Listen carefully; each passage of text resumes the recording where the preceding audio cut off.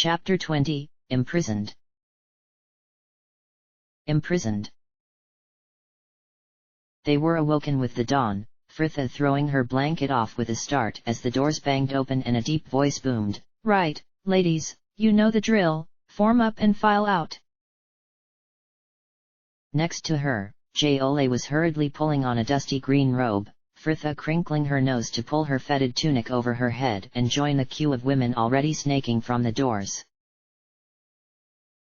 Outside, a table had been set up just on the edge of the courtyard, a man who did not look like one of the guards filling the few tin cups with water as fast as they were being emptied, each woman taking one to knock it back and move straight over to the soldier a few paces on, while across the courtyard, lines of disheveled men did the same.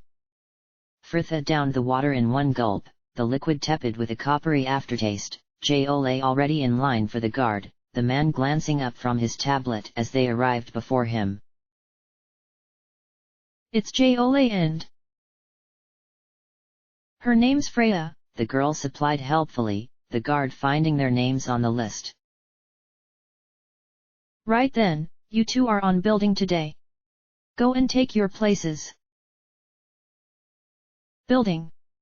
questioned Fritha as they left him, the pair hurrying across the courtyard to gather at the northern end of that half-finished wall. "What are we building?" "Shush, you'll see."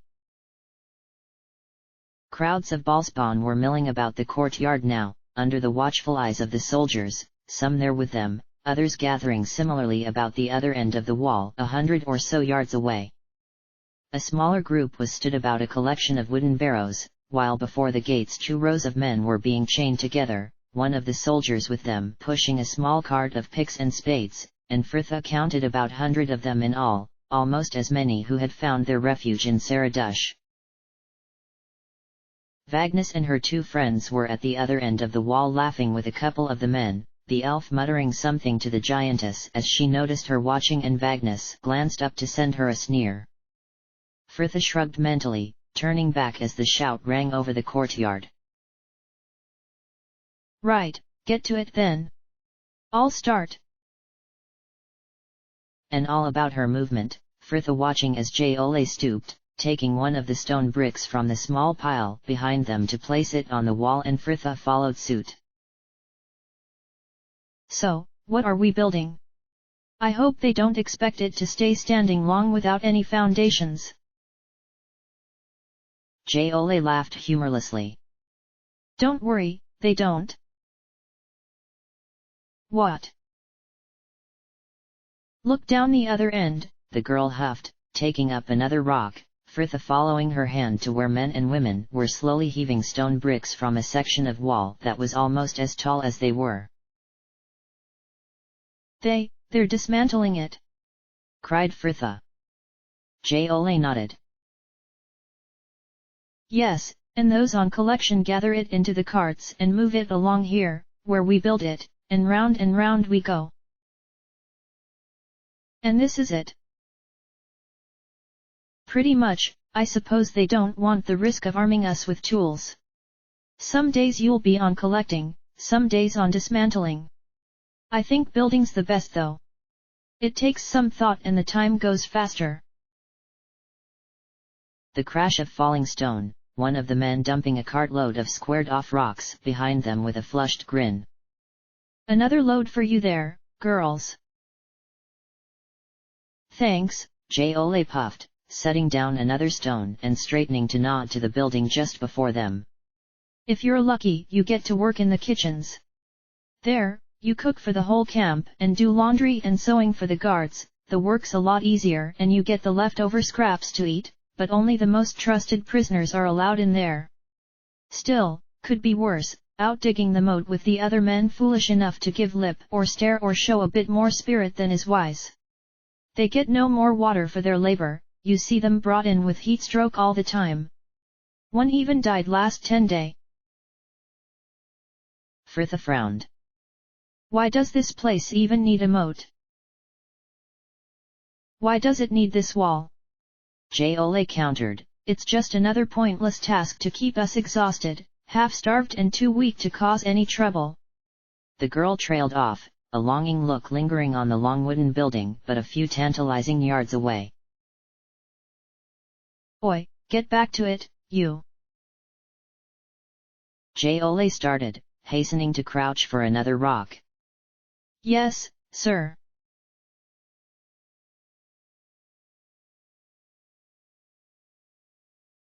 Imoen leaned against the deck's rail, the heat on her face tempered by the cool breeze as she watched the world drift slowly by, the rippling green plains broken here and there by villages and farms both distant and near, while to the south, the mountains loomed, a great wall of stone that marked the border between there and the desertlands of Kalimshan, the sun sinking before them as they headed west. They had taken it in shifts last night, guiding that barge along the darkened river, and that day had gone smoothly enough, their passage steady as they drifted past villages and occasional fishing boat or barge, that river the main highway for trade in southern Tethur. Supplies were running low after so long in the Mere, and Jahara had found a likely village on the map, she and Minsk going ashore a fair distance upstream to walk in and get what was needed, the pair meeting them a half-mile or so later. They were all able enough when it came to sailing, but the druid had thought it best they avoid trying to dock and proving their unfamiliarity to the locals, it would only raise suspicions. A high shout below her, Imoen glancing down to a small fishing boat where a whole family was at work, lines of small fish strung from mast to bows to dry, the mother and father still busy dragging in the nets as the two young boys paused in their gutting, Imoen raising a hand to the waving children as they passed. If news of their theft had preceded them, no one seemed particularly concerned. According to Jahara, they would reach the tributary by noon tomorrow and then would come the real work, tacking that boat southward against flow. But until then, all they had to do was drift along and enjoy the heat, those about her barefoot and stripped to tunic and trousers, Erina in just her sleeveless underrobes as she sunbathed on the cabin roof. As for the others, only Anomen and Solafane still hiding below, Jahara at the tiller, while gathered under the canvas that had been strung from mast to bows, Valigar was paired with Ithik and Minsk with Brianna as they played a round of whist. That morning's laundry hung drying over the canvas cords and fluttering like brightly colored flags. Imoen watched as Valigar took his turn, the frown never easing. She felt strange at the moment, still cross with him from the day before and unreasonable for it. He had only been trying to help find Fritha, something they all wanted, she just wished he had let her tell them, rather than waiting in there, blurting out things told to him in a confidence reluctantly given. "Why don't you just go and sit down next to him?" came that gentle voice, Erina back from her sunbath, tan skin dewy and glowing. "Because I don't feel like it." "Ah, still not speaking." Imoen glanced back to where he was scowling into his cards. "We're not speaking, I just don't want to talk to him right now." "What about you, planning to pull Ithik aside for another chat now you're sober?" Imoen thought her teasing would at least elicit a giggle, but the girl looked grave, turning to gaze out at the rolling green plains. "No, I've decided just to let it lie. We can reason it away with this and that, but if he wanted to be with me he would have certainly said something by now. Ithik isn't one for secrets. And I think a part of me liked loving him when I knew nothing could happen, it was safer that way. But it is selfish to tell him and ruin our friendship. I think after this I'm going to move on and try to find a love of my own." Imoen smiled. "Sounds like a plan, I bet you can't get one as moody as mine though." "I'm not so sure, Valigar has rather been put to shame of late. Are Anomen and Solafane still below?" Imoen nodded, eyes flicking to the dazzling blue sky. "Yeah, though, to be fair, at least one of them has an excuse." A ripple of laughter, that commanding voice cutting them off, Jahara taking a break from the tiller to join them, tunic sleeves and trousers rolled up in the heat. "So, what has you both so entertained?" Imoen shrugged. "The usual, just talking about boys." Jahara sent them an indulgent half-smile and rolled her eyes. Of course, the children are gathering and war threatens the land, and we are still diverted by idle gossip. It's not idle, we've been quite diligent about it, quipped Aruna. Jahara laughed. Very droll, I am glad you are feeling better. The young mage frowned, Imoen recalling her melancholy displeasure on that first night. I wasn't happy we heard that man or took his boat, but sometimes these things happen in the course of pursuing something greater. I just hope it is not all in vain. Jahara looked surprised. You don't agree with the plan? No, I thought it too dangerous to Fritha and those guards both. Don't look at me, said Imoen, I thought it was a rubbish idea, too. The druid sighed tersely. Was there any of us who actually believed in this course? Well, what were we supposed to do? cried Imoen, frustrated she had not raised more of an objection. As Fritha presented it to us, we had two choices, torture that bloke or let her go with him. Fritha wouldn't have tortured that man, laughed Aruna. She was just saying it scare him. Jahara seemed little convinced. Aruna, you do not understand, you were not with us when we were in the Underdark, present her with an obstacle, and Fritha has a determination that borders on ruthlessness. She said as much to me. But the girl would not be swayed. Fritha is nice, she pressed, her gaze drawn unconsciously to Ithik. She cares about the little things, even when all this is going on. She wouldn't torture anyone. Jahara's silence told Imoen all she needed regarding the druid's opinion.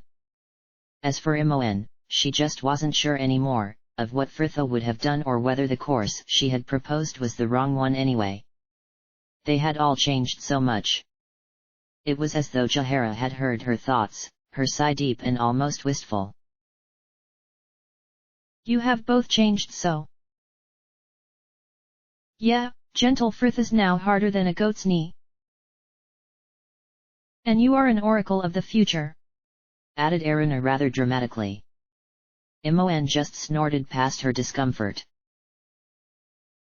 Maybe, but it's not like I can tell us anything useful, like where this Sendai woman is, or who'll win the war.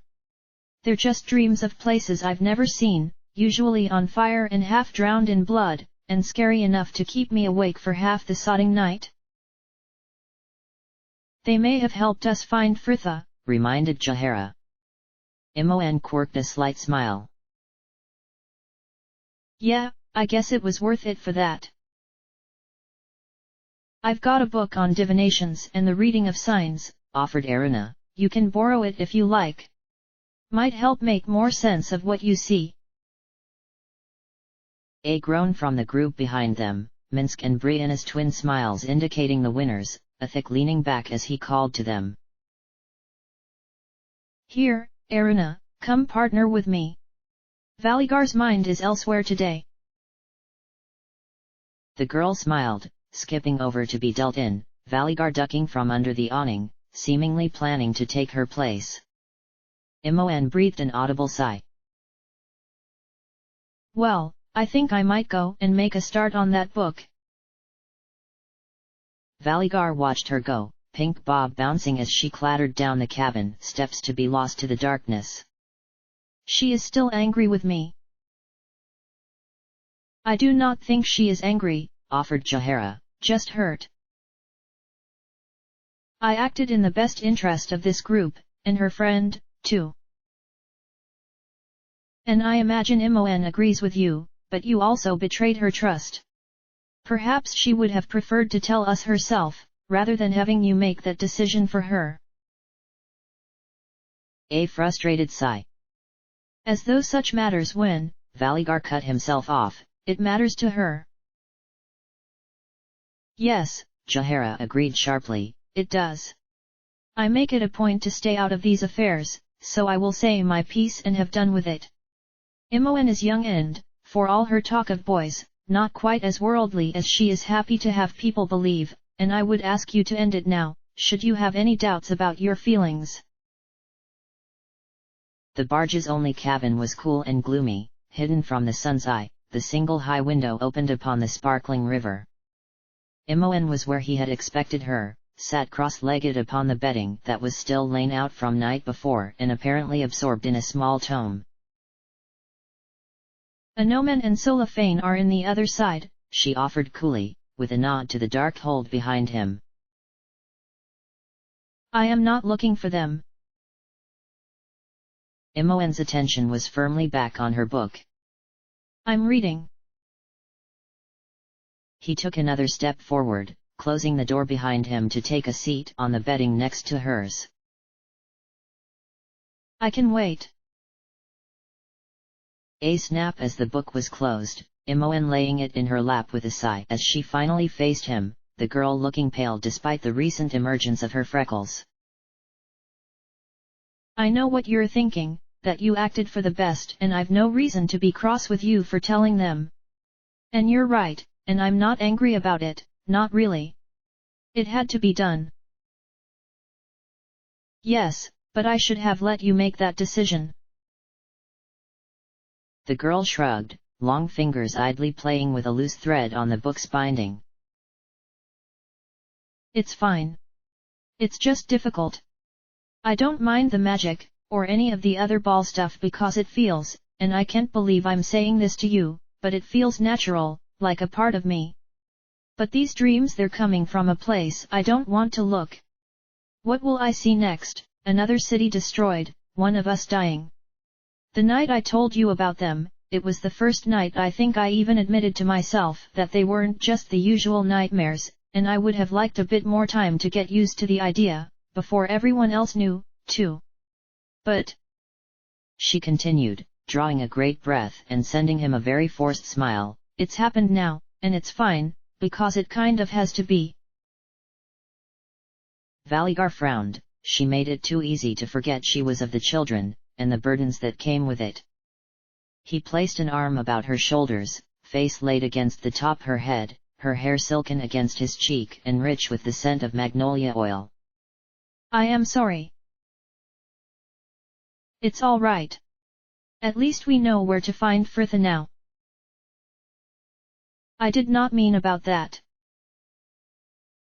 Her smile lessened into something entirely more genuine, and she shifted closer, their bodies melding seamlessly like two halves of a whole. I'm glad you're here. He felt the warmth stir under his ribs, that pleasant feeling of being needed for something more than just a sword arm. As am I.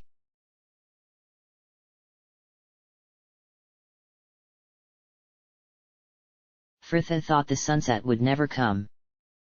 The sky was rusting to a deep amber when the doors to the kitchen, at last, swung open, two large tables brought out to be set up just there in the courtyard with an agonizing slowness, and Fritha found she was not the only one gazing longingly at the huge pots and laden baskets that were being carried out, all waiting for the signal which would mean an end to their backbreaking labor, if only until the dawn.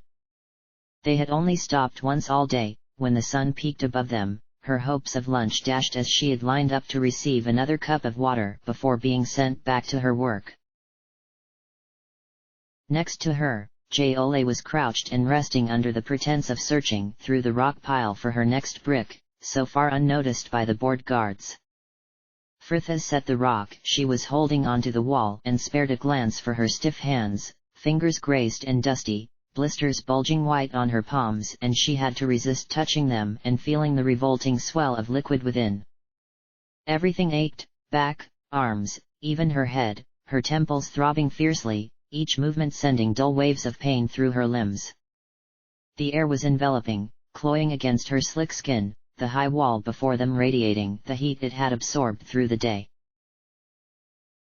But even this was better than the noon, when the sun had beat down without mercy, the dusty ground reflected in dazzling white, her head aching with the squint she had worn for nearly 2 hours, and Fritha had spared a thought for Solafane. Was that how he had first found her world? She stooped for another rock, feeling her camisole slide unpleasantly up her back, the thin cotton soaked through. A dart of her tongue took the salt from her chapped lips, Frith's throat so parched she wondered how disgusting it would be to suck the garment dry. "Right, that's time!"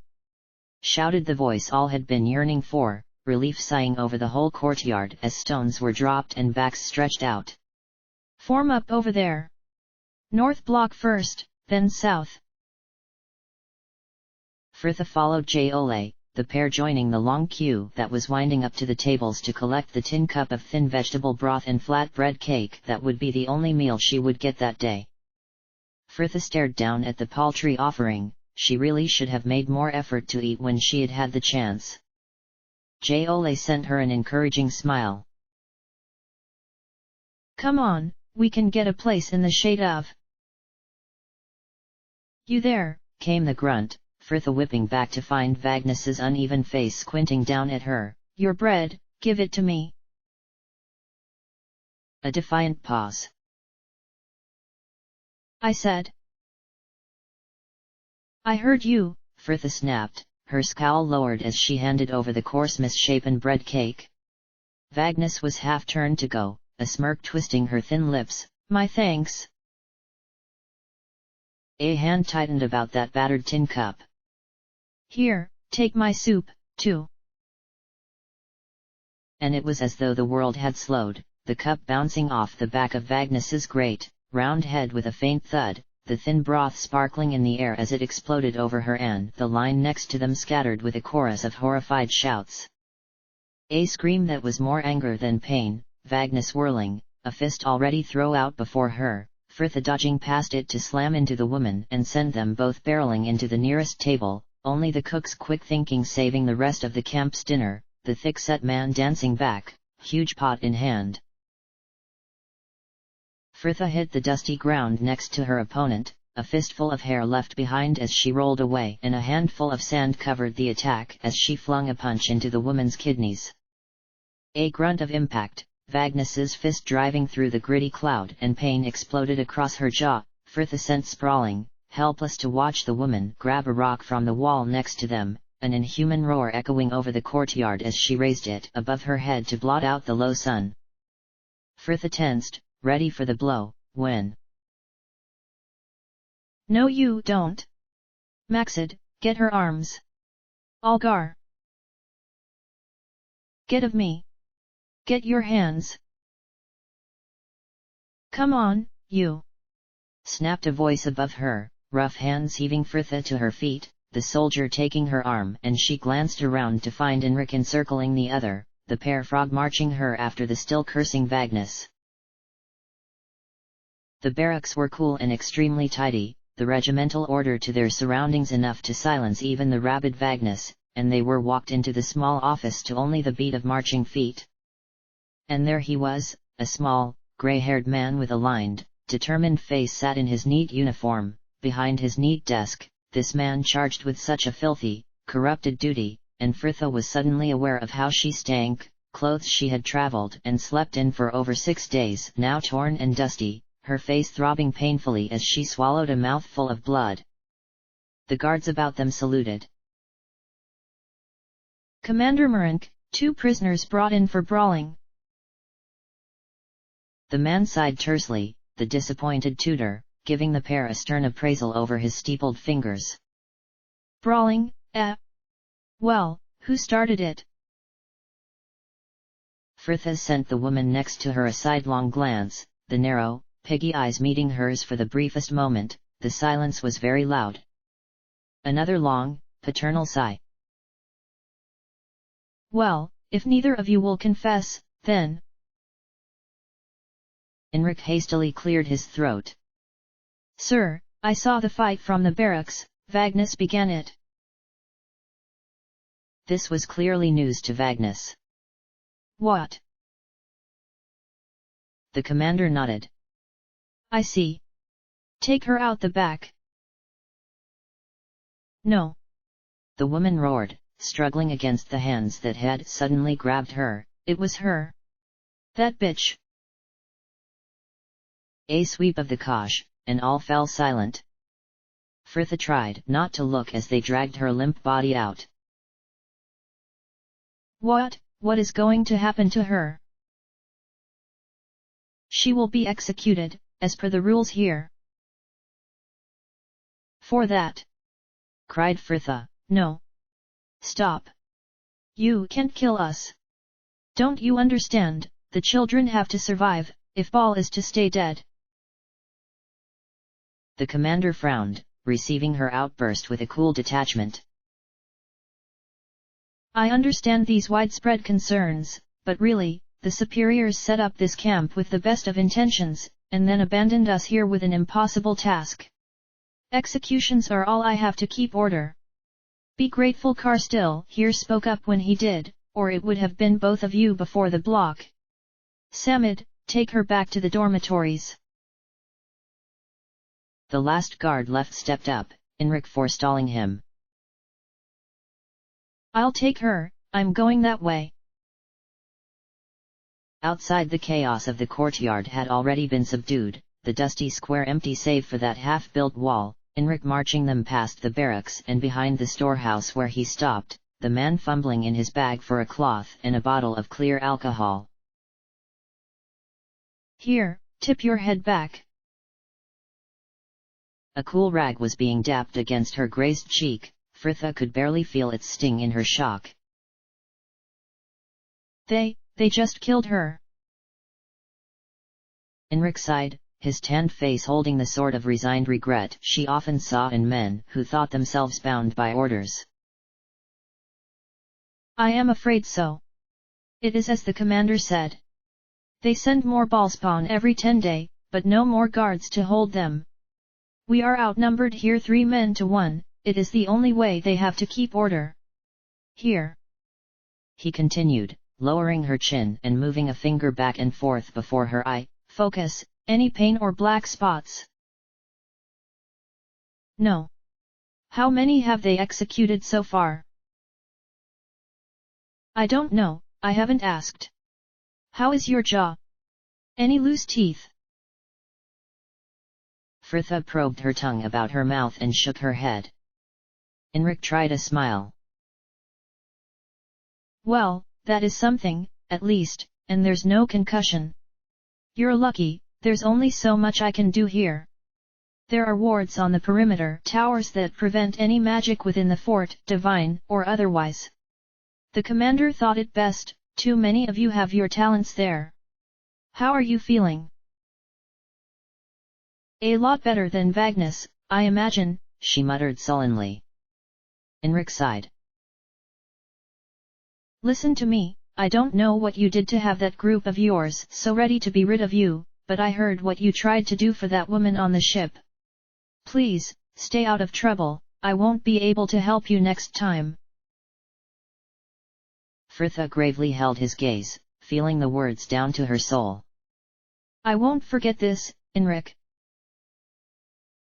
He seemed frustrated by her resolve. Just keep your head down, will you? Vagnus had it coming to her, and I don't want to see you out there in her place. Enric left her at the dormitory doors, a polite nod to the guards seeing her inside, Fritha ignoring the stares and the whispered mutterings as she crossed to her bedroll, Jole darting up at her arrival, seemingly beside herself. Oh, Freya, I thought you were dead for sure. Hannah said she already heard the guards talking about Vagnus. Apparently it took 4 of them to carry her body down to the river. Hey, Jole, I. The measured thud of approaching footsteps cut her off, Fritha glancing up to see the wiry, dark-haired elf who had once been Vagnus's shadow, the woman marching over to dump an untidy crate at the end of Fritha's bed mat. There, Vagnus's stuff, it's yours now. I don't want it. The woman ignored her, turning to march back to her companions at the other end of the hall, more than a few wary glances thrown her way. Fritha sank onto her matting with a sigh. Will you want that blanket? Ventured Jole hopefully. Fritha bestowed it on her with a careless sweep of her hand. Take it. Jole smiled, snatching it from the box as though worried she would change her mind, the girl folding it carefully over her arm as she sank down next to her. Thanks. They'll come round, they're just scared. Fritha snorted darkly, gaze on the windows and the incarnadine sky beyond. I'm not the one they should be frightened of. Fritha lay still, watching the shaft of moonlight creep slowly across the room and listening to the unhappy grumble of her empty stomach, the acidic gurgle barely noticeable over the ache of her jaw and the sore throb of her palms. Blisters burst on that first punch. Had the others reached that village yet? Would someone tell them about the boats, or would the same fearful silence hold them as it had those of the caravan? Fritha turned over, trying to shake off the anger before it could rise. This, as with most of her problems lately, was of her own doing. She had thought herself so clever, so willing to ignore the glaring flaws in her plan in place of some misplaced confidence that the world somehow wanted her to survive.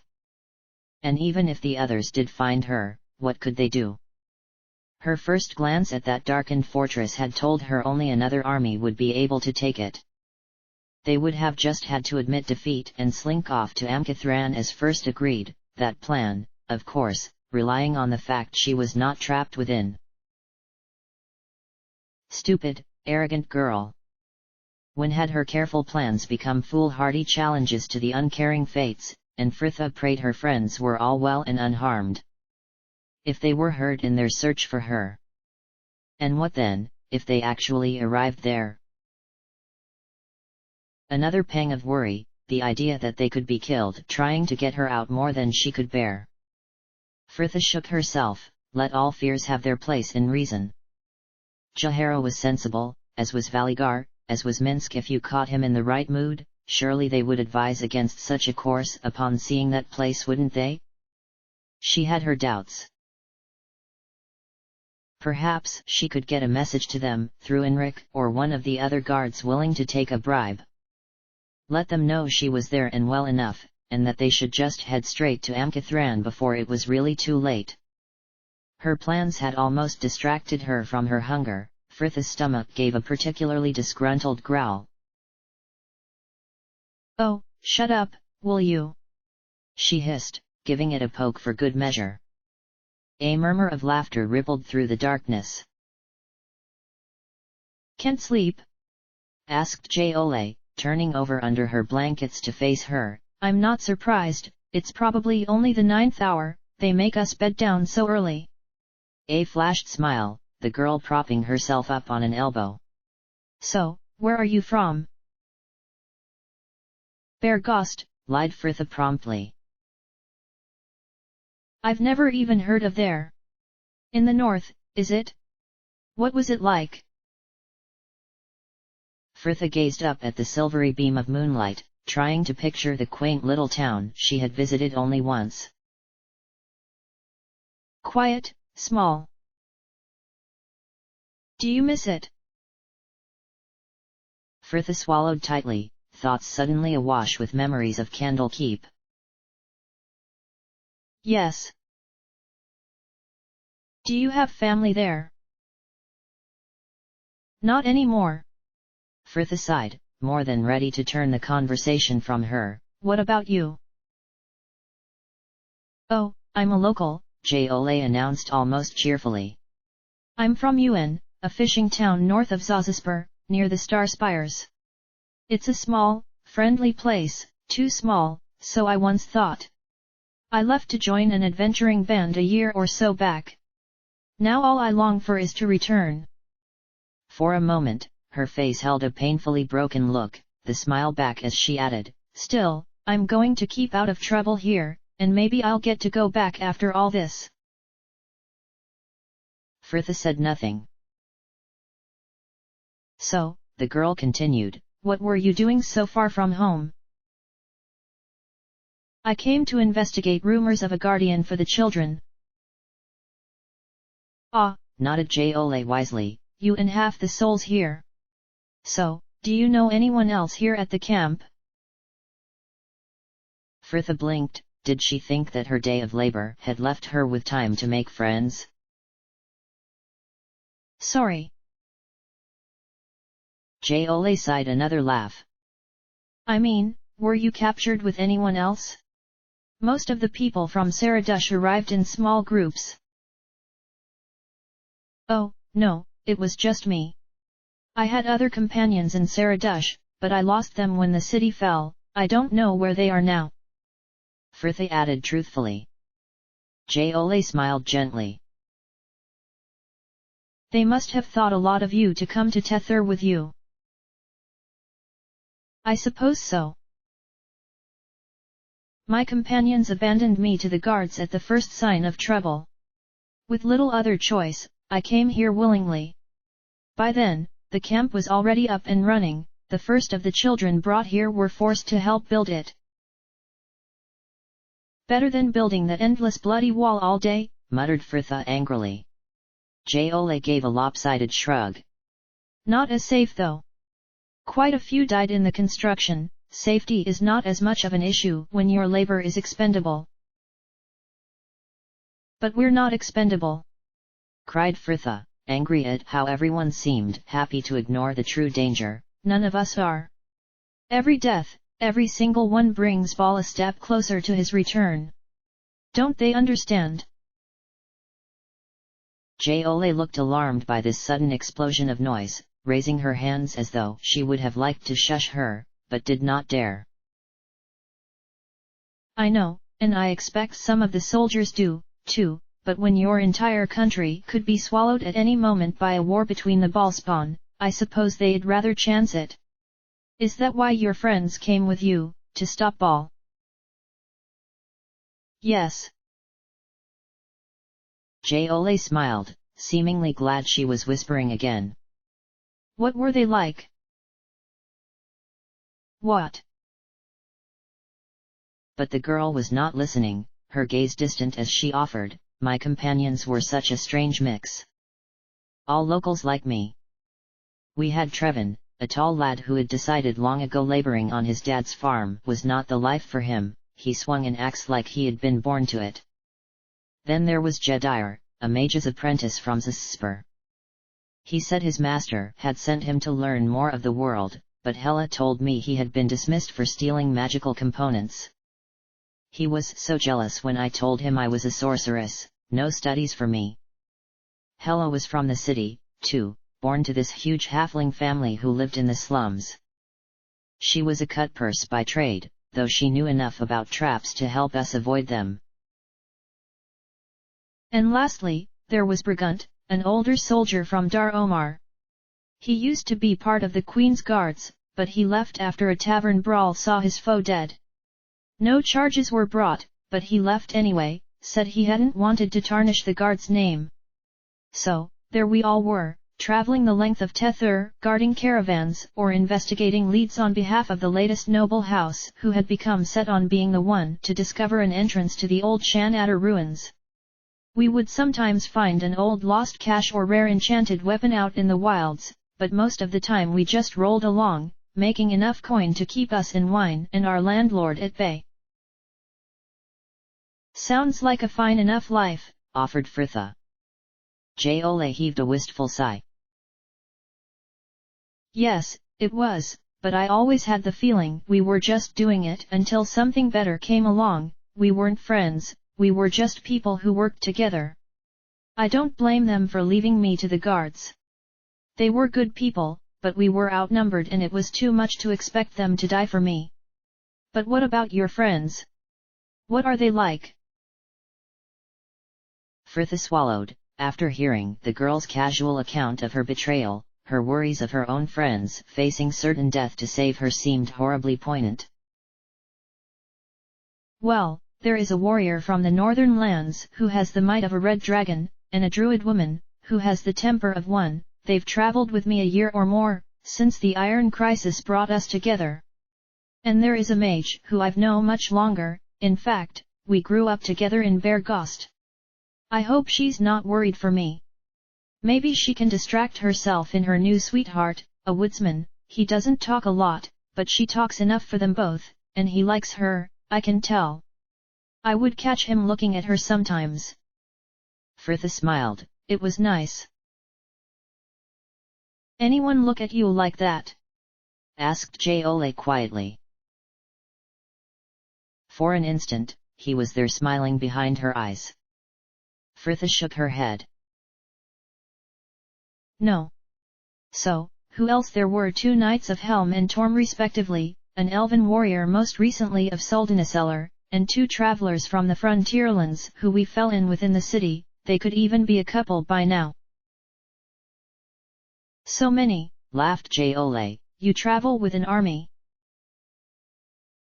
Would that I did, sighed Fritha. At least then I wouldn't have to worry for them. Jole's young face was suddenly grave. Do you think they are dead? No, but I think they might believe I am. Hushed voices broke the pensive silence between them, 2 women whispering to each other as they crept down the room.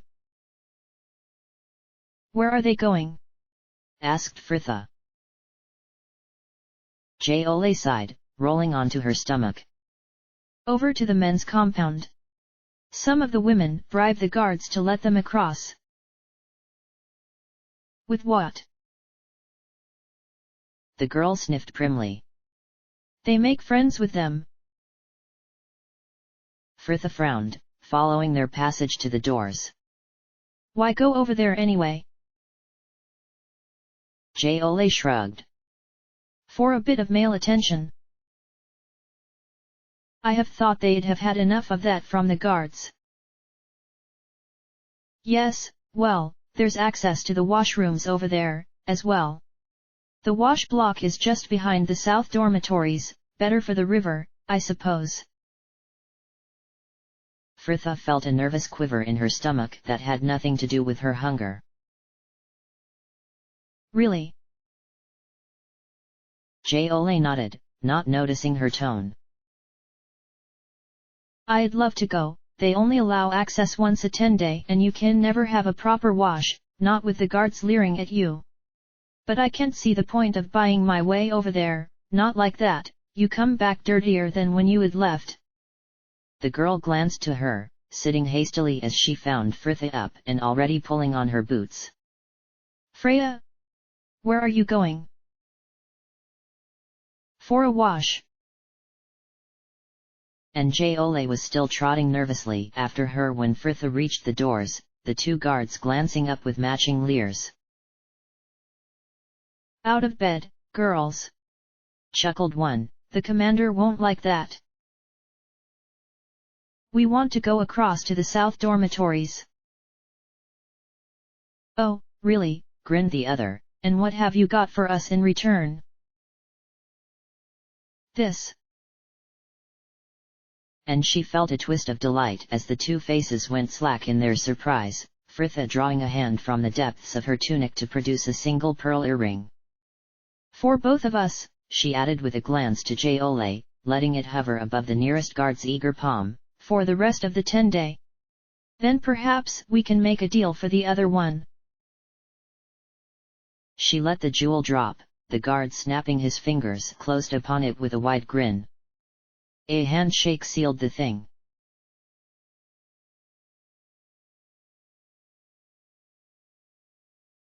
The night sky was a clear inky black, a crescent moon hanging high above him. The fields and mountains beneath were bathed 1,000 shades of grey, the wastes of Hades in its meager glow, their boat the only point of light as they drifted on through that dead land. A gnomon leaned back against the ship's rail and stretched his legs out before him. His calves were stiff after a day of too little use, though he ignored it, his eyes on that vast heaven of glittering stars, tracing over those constellations he knew and the many more he did not, the patterns merging and changing to create countless shapes. He and Simon had often sat similarly the night before a battle, when the morning held a chance of death, his friend telling him that their fates were written somewhere up there, and that the learned men of Karatur could have told them the morrow's outcome, before he would smile and admit that, since neither of them could, they may as well try to make their own fates. A faint melody rose and fell somewhere below him, the others gathered in the cabin singing rounds to pass the evening and perhaps distract themselves from darker thoughts. Erina had invited him to join them, but he had refused, finally leaving the gloom of the hold for the silent darkness of the deck, the single lantern throwing a ring of light out from the mast where it hung, rocking gently as the boat plowed on through the black water. Anoman dropped his gaze once more, the heavy golden pendant glinting in his hand, an unblinking eye that stared right into his soul. The day alone had given him the time he had needed to think and, at last, a decision had been made. Her approach was loud enough not to startle him, the creak of the steps changing to the slap of bare feet against the smooth deck, Brianna emerging from the cabin hatchway behind him, long dark braids swinging as she crossed to his side. "You have retreated up here to continue your brooding, have you?" she asked, just the hint of a smile creeping in to soften the admonishment. "Oh, such a scowl, Anoman. But you forget, I tested my blade against the orc tribes. If you mean to frighten me away, I fear you will have to try harder than that." "I would rather be alone, my lady." The woman just sighed and shook her head, sinking down to take a seat beside him. "So stubborn. I do not know how you and Fritha ended up paired in the first instance with both of you as you are. You have been alone now for over a day to little improvement. Let us try some company." Anoman snorted, how easily they all assumed he would be there sulking over his failings like some scolded boy. She sent him a smile, nodding back to the hatchway she had just left. "I could not bear another moment down there. I know they only mean to keep their fears at bay, but—" "You are anxious," he concluded. The woman drew back with a sigh, long hands scrubbed across her face. "I am concerned for Fritha." "Truly?" he inquired rather callously, glad to see another racked by the sick worry he had been suffering for days. "And what of before? You did not seem so troubled when she was first taken." "It has been longer than we had anticipated, and Imoen's dreams of fire and blood disturb me."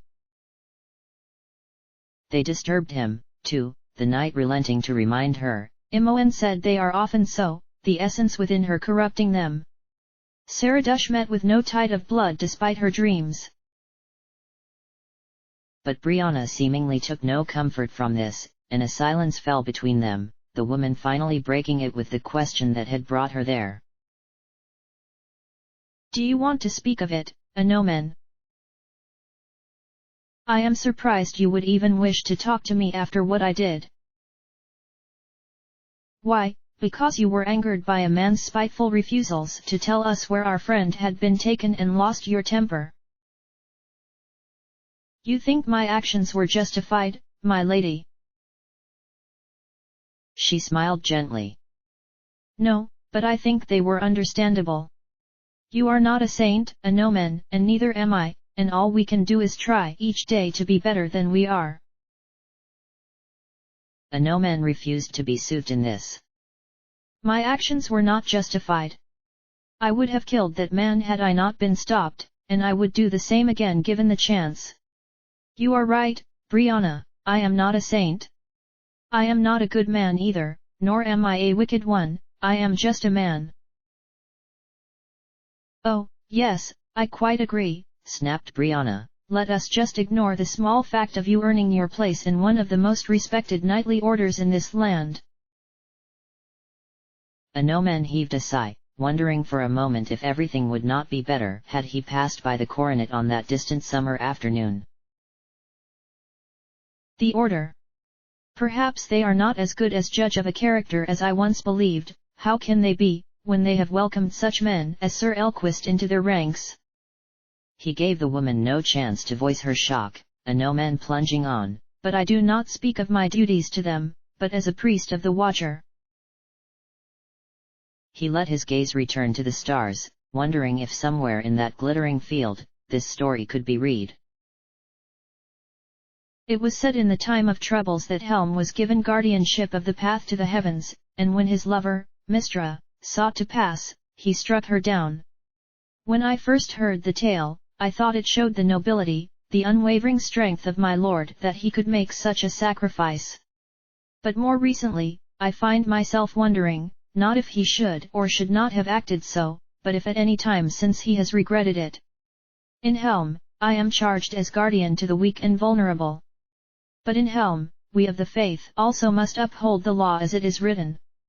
So what then must we do when to protect that which we have sworn to, we must break it? Anomen, Brianna reasoned urgently, I have learned enough of your faith to know that Helm values loyalty to those you have sworn to follow. You are as we Tormites in this. Always obey orders as given.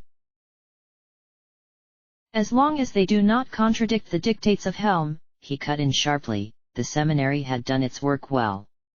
Ever since I met Fritha, I have broken the law, each time telling myself it was for a greater cause, and now I know it for certain, there is nothing I would not do to keep her from harm. When I seized that man, as I choked the life from him, I realized what a part of me has known all along, I cannot serve she and Helm both. Brianna's eyes were alight with the passion any mention of their errant leader always seemed to stir. Anomen, do not lose faith. If Helm has not turned you aside yet, why should he now? Great things are happening, Anomen, things that will affect the whole of Faerun, and perhaps he, too, sees the gravity of our cause. My lord is not known for his leniency, my lady, I know my path in this. So what then? Brianna demanded, you will abandon Fritha to her fate? We go to break into a camp that is here under the laws of this land and defended by soldiers of Tethur. Do you plan to remain on the boat, while we act for you? Anomen could have laughed. No, I do not. I am Fritha's guardian, I swore this long before I loved her, and I will remain so until the end, whatever such a role demands of me. I sense we are at the line, Brianna, and, if I have to cross it to save her, then so be it. Brianna drew back, her face flushed in the lamplight, thin lips formed to a perfect circle. Anomen, I do not know what to say. I do not seek your approval, my lady. I will do all I can to keep in his sight, but if I should move too far from his teachings and lose his favor, then it was my decision and I will not regret it. Brianna was staring at him, her breathing coming quick as dark eyes gravely locked with his own. You are strong, Anomen, stronger than I had ever realized. She shook herself, suddenly on her feet, movements sharp and dismissive. Athik is waiting, I should take my turn on tiller. Anomen sighed and turned back to the stars. Sometimes the world was a desperately confusing place, though he had not much chance to deliberate it for long, the reedy broken tune snatching him from his thoughts, and the night glanced back to find him sat in the darkness of the boughs, white hair bright against the black sky. Whether Solafane had been there all that while or had just arrived, Anomen could not say. The drow leaned over the open case before him and carelessly plucking a thin tune from the lute within.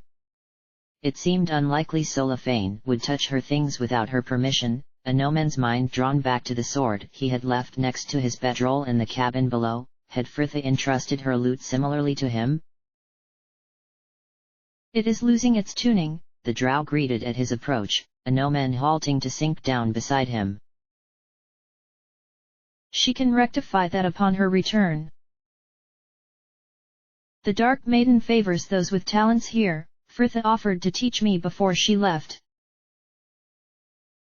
Anomen smiled, for a moment back on that windswept deck, her warm presence nestled between his arms. She showed me once, I hope you are a better student than I was. I confess I did not pay much attention. Solafane gazed down at the strings, spun gold in the lantern's glow. You hold memories of a woman I never even knew, and now the one I am a friend to may already be lost to me. Anomen almost choked on the words. You think Fritha is dead?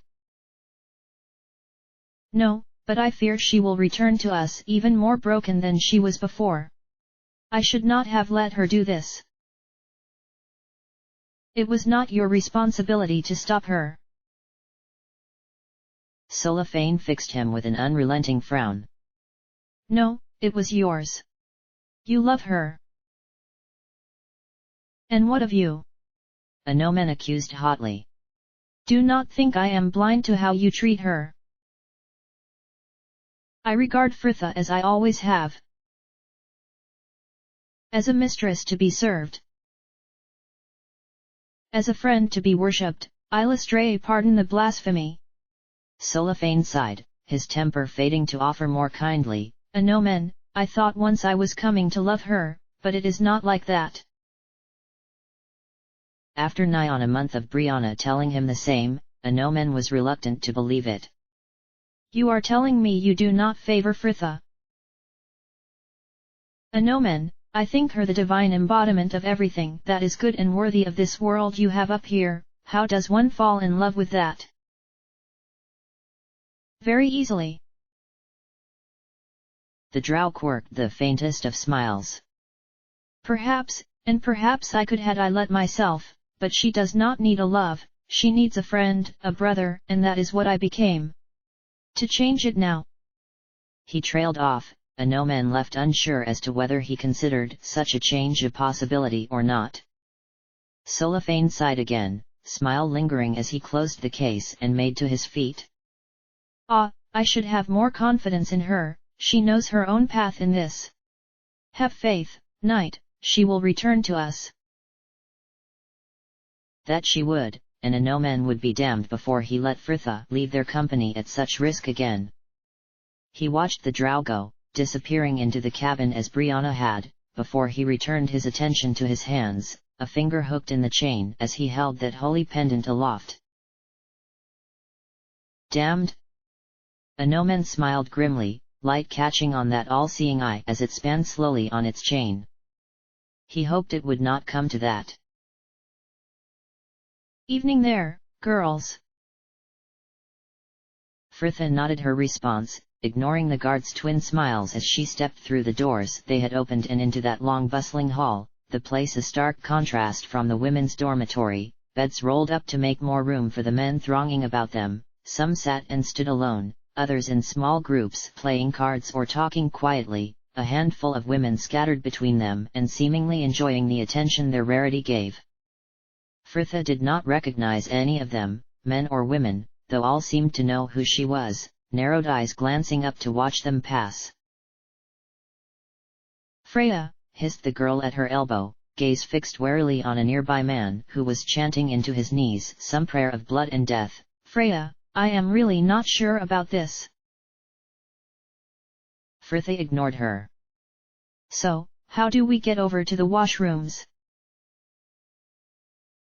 Well, I'm not positive, but I've heard that the men have an arrangement with the guards. They are allowed to take women over there for a bit of privacy. I imagine the soldiers feel it is safer to keep the men sated, at least in that area. Freya, do you really want to do? Shush. Fritha had just spotted her prey lounging alone against the far wall, the man tall and bulky, though more with fat than muscle, and the conditions there were slowly robbing him of that, skin hanging loosely on his bones, his shaved head sunburnt to a glowing pink, which, with his narrow eyes and trembling jowls, served only to make him look even more like an overgrown pig. Fritha smiled, he didn't look half as hard as Vagnus, the girl taking Jola's arm to close them to him, the man looking them both up and down with an openly appraising smile. Well, what have we here? Just two girls who were hoping to get over to the washrooms. Fritha reached a hand up to curl it about a fleshy bicep, her smile just right mix of coy and knowing. We'd be ever so grateful if you showed us. The man's face split with a grin that showed every brown, rotten tooth. Well now, right this way. The guards let them pass with a knowing leer. Apparently this was not so rare an occurrence, and the vainer part of Fritha rather wished she had picked someone a bit better looking. The man leading them past the men's block to the small building behind it, the wooden hut nestled between the dormitories and kitchens, right up against the inner wall. He ushered them through the door with a grin. The three of them suddenly huddled before a thin reed screen, the rest of the room hidden beyond it. Well, here we are, girls. Quite, agreed Fritha. Now if you could just stand guard while we have a wash. I don't mind you dirty. Fritha squealed a giggle that would have done Imoen proud, dancing out of reach as two thick hands grabbed for her. Now, we won't be long. Behind the screen, the room was dark and thankfully empty, the stone tiles echoing with their creeping footsteps. There was little by way of facilities, just a long wooden trough dug into the floor and running the room's length, the narrow channel divided by grooves where low wooden partitions could be slotted to make shallow sinks, a stack of the boards currently piled below the single pipe that was coming through the northern wall, a simple metal faucet plugging the end. I can't believe we're in here, hissed the girl next to her, sounding both overjoyed and petrified. What do you plan to do with that thug? Fritha snorted. Disappoint him. Now, where's the main drain? Oh, Freya. Jole sighed anxiously, attention already down the hall as she moved to her question. The drain? Over there in the far corner, there's only one. Fritha nodded, leaving the girl struggling out of the top half of her robes, hand already sliding a wooden partition into place before her and reaching for the faucet. She had pointed to the southwest corner nearest the river, a thick iron grill hatching the open drain and bolted into the stone. Fritha leaned up to crack the nearest shutter, the narrow shaft of light catching on the glimmer of stagnant water, not a single ripple to disturb that obsidian mirror. There was no outlet to the river as she had prayed, Fritha feeling her vain hopes of some bottled message to the others fade to leave her stomach even emptier than it had been before. She crouched, letting light fingers graze the algae-covered stonework. It was a large opening, about 3 feet along each side, a neat circle worn into the nearest edge where the ring to a trapdoor had likely once lain, and Fritha concluded it had been left from the ruins before. She leaned closer, something catching her eye as the water Jole had poured finally made it to the drain, and Fritha held her breath. She saw them, the ripping outline of stone steps descending into the murk. A hasty moment spent stooped over the trough to wash her face and neck. Fritha saw little point in more without any soap or clean clothes to put on, the girl drying her face on her filthy sleeve as she stepped from behind the flimsy reed screen, their guide whirling to give her a lecherous smile that made her glad her stomach was empty. So, Petal, ready to show me how grateful you are? Certainly, Fritha nodded. Thank you very much. The man blinked owlishly. What? Look, are we going to rut or not? Fritha snorted. Who said romance was dead? Not. You going to try and press the issue? For a moment, she wondered if he would, his face twisting with an angry sneer as he spat his frustrations at her feet. Frigid whore. Fritha rolled her eyes. Oxymoron. What did you call me? She ignored him. Jole, you done? Coming, sang that high voice, the girl hurrying from behind the screen, still struggling back into her robes, and they walked back to the men's block in a bristling silence. The pair left their guide at the entrance, one of the guards taking them back across to their own dormitory, the doors clicking shut behind them as they moved down the silent hall. Oh, feels so lovely to be properly clean, Jole sighed, flopping down into the jumble of blankets. Thank you, Freya. Well, we children have to look out for each other, don't we? A ripple of laughter, the girl examining a damp, tangled tress with a smile. I don't imagine that man saw it that way. Now if only I could brush my hair. Frithha rooted a moment in the small box now beside her bed. Here. Jayole caught the rough wooden comb with a matchless delight, setting to her task as Frithha crawled under her blanket, eyes trained on the ceiling high above her. Jayole. Yes. You said some of the prisoners here helped build the camp. Do you know who would have laid the foundations? The girl frowned, comb paused midway through her rich brown hair as she considered it. Perhaps Lessel, he was one of the first they brought here, had a hand in nearly the entire camp's construction, though I imagine he regrets it. A collapsed scaffold on the outer wall crippled him. The commander has enough of a heart to allow him to work in the kitchens from then on. Lessel might know of someone, if he doesn't know himself. Why do you ask? Frithha smiled for the first time in days. No reason. Good night, Jayole. End of chapter.